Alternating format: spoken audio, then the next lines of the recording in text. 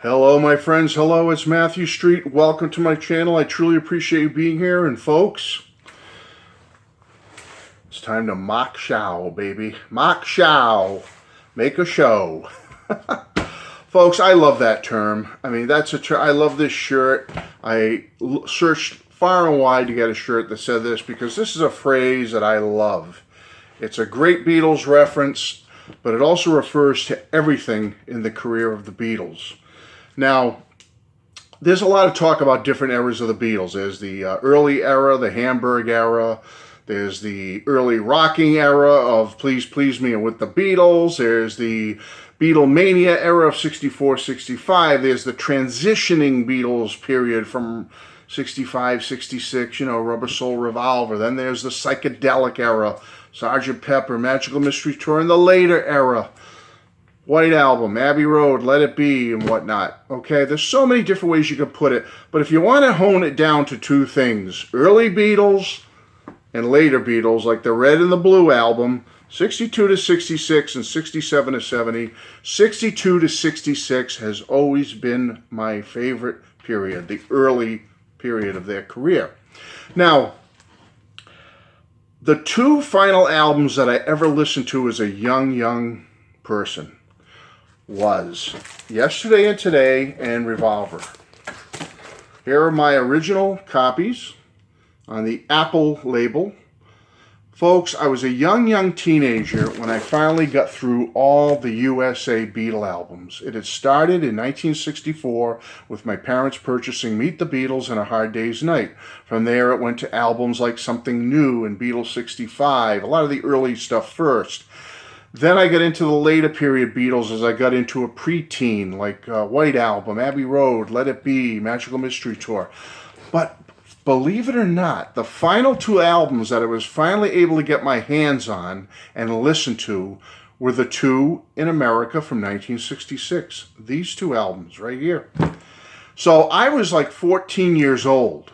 I mean, that's, for me, being a fan from when I was, from 1964, to be 14 years old, which is around 1975 or so, 74, 75, going into 76. To finally listen to these two was an amazing thing for me, and it's probably became my favorite, if you really want to hone it down. Rubber Soul into the Revolver era is probably my favorite period of the Beatles' career. And these two albums really cemented that love for the Beatles for me anyway.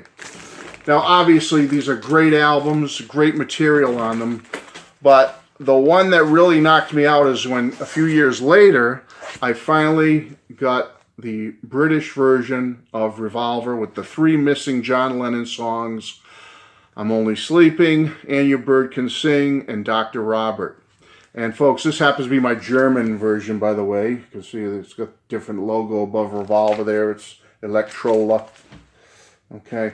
This is my German version, but essentially it has the same 14 songs as the British version. You know what I'm getting at. Folks, I can't explain. I know I've done a couple of videos already about the excitement about October 28th. The Revolver is coming soon in a deluxe edition. I can't wait. I'm very excited, as you all are. And I'm sure there'll be enough excitement to go around in the next few weeks. But I thought I'd mangle this album a little bit. I haven't done a Matt Mangles something in a long time. So I said, let me do some memories of Revolver. That 14-year-old boy, and the first time I heard it, I'm going to hone in on the 14 tracks from Revolver, but it's essentially, I'm saying, when I was that 14-year-old boy who finally got these two albums and listened to them, I had certain feelings and emotions that came over me when I heard these songs, but more specifically, the songs on Revolver, the 14 on the full original album. So that's what I'm going to talk about today. Folks, when I got Revolver and put it on the stereo, it had to be, I want to say early 1970 or early to mid 76. Right around the time the rock and roll music came out, and I'll tell you how Got to Get You Into My Life figures into this.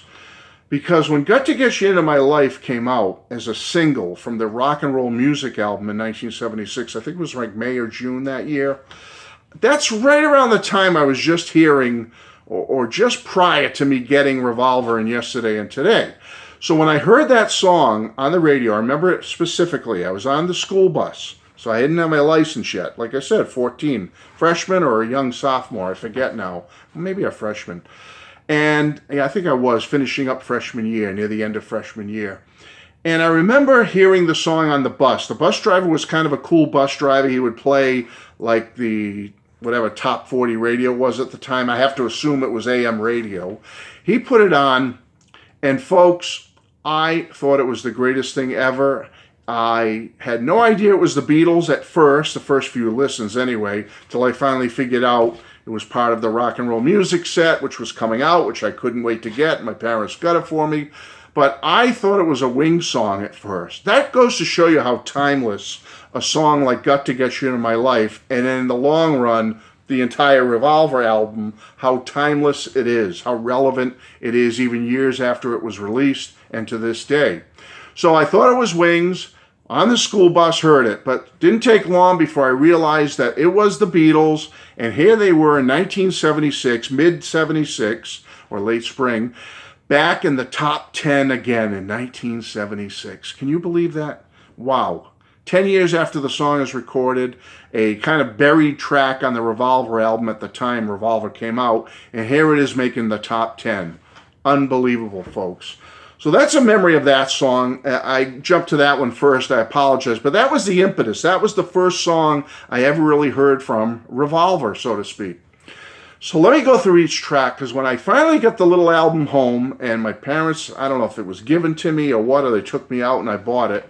14 years old, I get home. My parents had a little stereo system. It didn't even have a cassette player. It had an 8-track player in the front, a turntable on the top. It was one unit with AM/FM radio and 2 speakers that they hung on the walls on each side of the little system. And I put it on. First song comes on, Taxman. And I thought, wow, George is really kicking rear end on that guitar. I didn't know at the time it was Paul McCartney who was playing the lead, but I remember thinking it was so cool the way the Beatles were shredding on that song and the solo, so to speak, that I remember using it with my friends. My friends used to like to bust my chops in high school. I had a few friends and closer, kind of acquaintances. They used to like to bust my chops about the Beatles. The Beatles were considered passé at that time, believe it or not, folks, 1976. And it was like they were the old thing, and they were into, whatever was the current rock act at the time, especially like Kiss and Aerosmith and Foreigner, you know the whole gamut. And they would rip on me that the Beatles didn't rock as hard as Kiss or didn't rock as hard as this band or that band. And I would use songs like Taxman to show them, yeah, see, who do you think started it all with the shredding on Taxman? And I just see George shining on that song. I remember hearing him sing it and thinking it was the coolest thing in the world. And my memory of that song is rock and roll, baby. I just thought it was the greatest thing ever. Then the album goes to Eleanor Rigby. And when I heard that song for the first time, I first thought of Yellow Submarine because I had seen Yellow Submarine as a young child, so I knew Eleanor Rigby from that movie. So to me, the imagery from the movie with the smokestacks and the lonely people, and you remember the cool imagery, the animation from Yellow Submarine. Whenever I hear that song, I always go back to that imagery from the movie because it brings back a lot of childhood memories for me. And I also think of the grave of Eleanor Rigby in Liverpool because when I was assigned to the United States Air Force overseas and lived in England for 2 years, I had the chance to go to Liverpool and I had a chance to see that gravestone firsthand. So a lot of those memories come flooding back when I hear that song now. But at the time, as a young boy at age 14, I thought of the movie all the way. I mean, it was like just brought back that first initial scene from Yellow Submarine. I'm Only Sleeping, although not on Revolver in my world back as a 14-year-old, but I'm going to, for this purposes, include it here. I'm Only Sleeping. When I first heard it on Yesterday and Today, I always loved that little simple bass riff at the end of some of the verse where it goes ba-bum-bum-bum. It's only like a few notes or so, but I always thought that was the coolest thing, and it got me interested in the bass to the point that I remember buying a cheap bass guitar a year or two later and messing around with it. And, I never became a bass player or anything, but I was so taken by Paul's bass playing, even at that point in my life. And that little bass riff jumps out at me as remembering that sticking out as a 14-year-old boy when I heard that song. And also the backwoods tapes and guitar were like mind-blowing to my young teenage mind back then. I thought it was the coolest thing they were doing. Love You Too. Man, it was, my first thought came to my mind as that young teenager was, wow, this is cool. And especially the line where he says, they'll screw you in the ground. I thought that was very daring at the time. I don't know why it's so tame now, but at the time when George sang, they'll people coming around, they'll screw you in the ground. I remember being like, ooh, that's pretty daring, at the time, or not risque, but daring, I would say. And I remember thinking it was just so awesome that George would come up with the wordplay like that. I just was amazed by it as a young boy. Here, There, and Everywhere. Man, first time I heard that as that teenager, I just thought it was the most beautiful ballad or the most beautiful thing my ears ever heard. It just was one of those puppy love songs for me that when, you had that girl in school you might stare at in the cafeteria or look at her across the room in class and dream and fantasize about being her boyfriend and all that stuff, but not having the courage nor the confidence to approach her. But when you heard Here, There, and Everywhere, it just made you fantasize about that puppy love, that if that girl would love you and want you to be her boyfriend. It just, what I mean? It's just like, it's a song that always takes me back to that innocent times of love and admiring someone. Yellow Submarine, movie song all the way. When I hear Yellow Submarine and when I heard it at age 14, plain and simple, from the movie, reminds me of the movie. I was never a big fan of the song. I'm still not a mega fan of it. Probably my weakest song on the album, but I still love it and think it's a very iconic song. She Said, a scorcher I heard on Yesterday and Today. One of John's best rocking songs. That stinging guitar, to this day, I still remember it as that young teenager hearing it and being impressed by it. Good Day Sunshine, sunny, bright, fun. I remember having those thoughts. I loved it as that 14-year-old boy. I just was like, wow. The first time hearing it, it was like, oh my goodness, this is just so upbeat, so positive. It made you smile. It took you out of your gloomy day or blues or whatever you were feeling. And Your Bird Can Sing. First heard that on Yesterday and Today. Another fave from Yesterday and Today. Probably my favorite on that album, and now that it's officially on Revolver, my favorite on Revolver. It's just so uplifting. Early foundation of power pop. Again, I used it to prove the Beatles' guitar prowess. When I would try to impress friends with their guitar work, I would use And Your Bird Can Sing. For No One, beautiful, Baroque. I didn't know it was Baroque at the time or Baroque influence, but beautiful song. Just thought it was brilliant, lovely, sad tale. Reminder of a girl you couldn't quite get or maybe lost. Those were the thoughts that came into my mind as that young boy. Dr. Robert, cool Yesterday and Today rocker. I always associate it with Yesterday and Today, but I love it on Revolver too. I think it's fabulous. And I didn't know the whole backstory of it, obviously, when I was 14. Now I do. But at the time, I just thought it was a great rock song.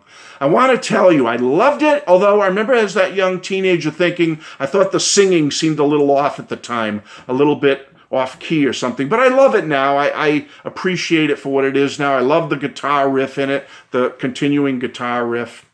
Got to Get You Into My Life. I've already told you about. Memory on the Bus, thinking it was Wings. It's on Rock and Roll Music, top 10. Love it. To this day, one of the greatest, most fun Beatles songs ever written. Obviously, I didn't know the backstory of that one either, but I always think of it as a love song to a girl or a significant other you care about because that's the way I remember it. And finally, Tomorrow Never Knows. Freaky, psychedelic song, I thought, when I was a young boy. But it was entrancing to me even then. And I never did drugs, drug fug. I never did drugs, folks. Never have, never will. Just not my thing. I like to be of clear head, mind, and health if I can.